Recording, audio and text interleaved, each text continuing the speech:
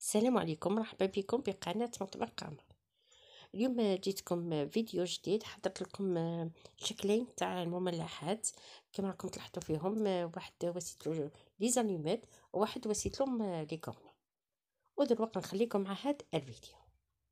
هنايا عندي عجينة مراقة كنت وسيتها نهار من قبل. العجينة المراقة تحبوا تنجح لكم، يعني كان تخليوها تريح واحد ساعتين وبداو خدموا فيها.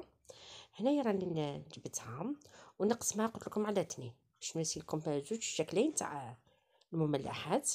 هذه نخليها لي كورني، وواحده قلت لكم وسيتها نوسيها لي زاليمات هكذا.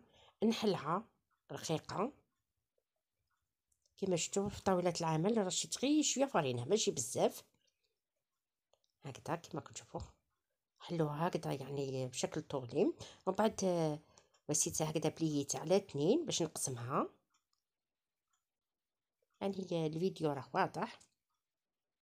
وانا كي شفت العجينه تاعي مازالها خشينه عاودت حليتها هكذا، رققتها والتانية كيف ومن بعد نعاود نرققها بالحلال. وانا عندي لي زونشوا هادو تاع العلب، ولا كان عندكم لي زونشوا اللي فيهم الملح طبيعه الحال واسيوهم يعني شمخوهم مليح بالماء وخليهم يرطبوا. اذا حطيت نحلهم هذيك الملح وشللهم عدة مرات اللي فيهم الملح هادو تاع العلب، يعني هكذا نستفهم.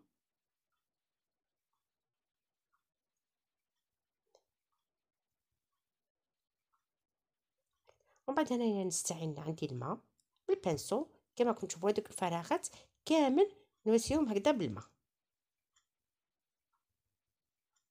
نعتذر على الصوت خاطر كنت شويه مريضه بلا غريب، على بها ما حطيت لكمش فيديو، يعني سامحوا لي.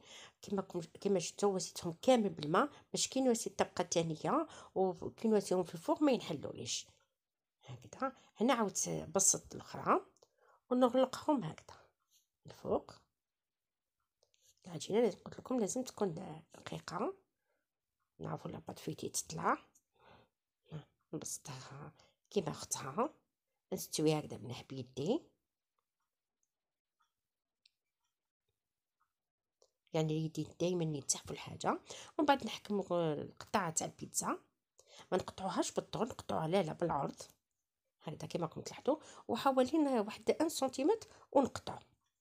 ما نقطعوها كبيره وما نقطعوهم رقاق. قلت لكم حوالي واحد 1 سنتيمتر كما انا قطعتها هكذا. كي كملت قطعتها كامل انا نحبهم لي زانيمات يكونوا شويه صغار. نعاود نقطع هذيك العجينه تاعي، نعاود نقطعها هكذا على 2. وانتم لكم الاختيار، تحبوا تخليهم طوال خليوهم طوال، تحبوا تاكلوهم هكذا صغار وسيهم صغار كيما هنايا هكذا كيما راكم تلاحظوا فيهم.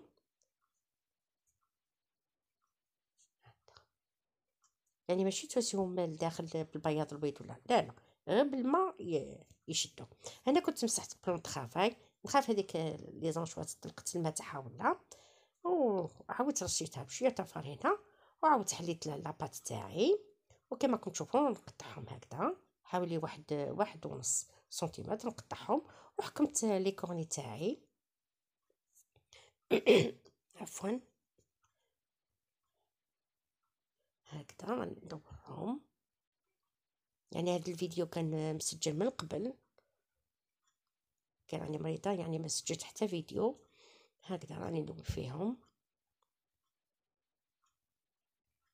يعني نبيوهم ونجبدوهم ما نخليهمش خشان هكذا. ماشي ما لاباط فيتي تزيد تطلع الوغ يجيو خضر هكذا.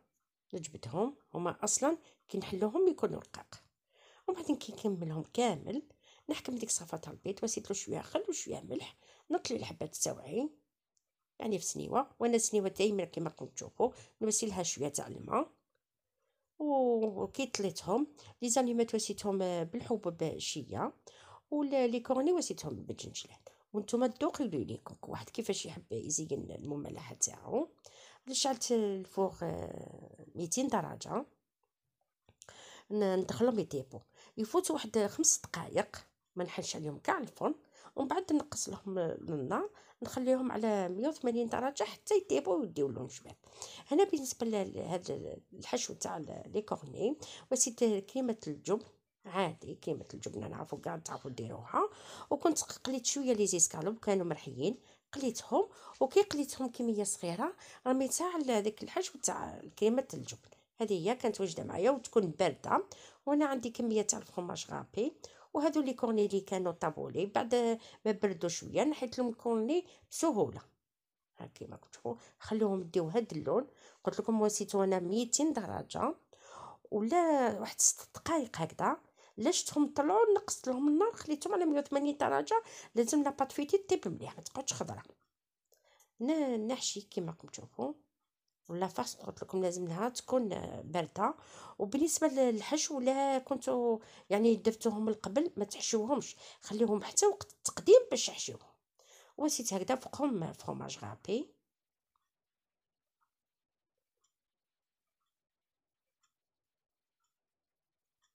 هكذا حتى نكمل كامل داك لي كورني اللي عندي.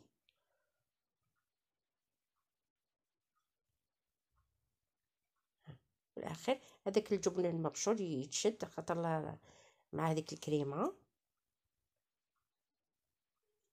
ودابا كتشوفوهم في صحن تقديم.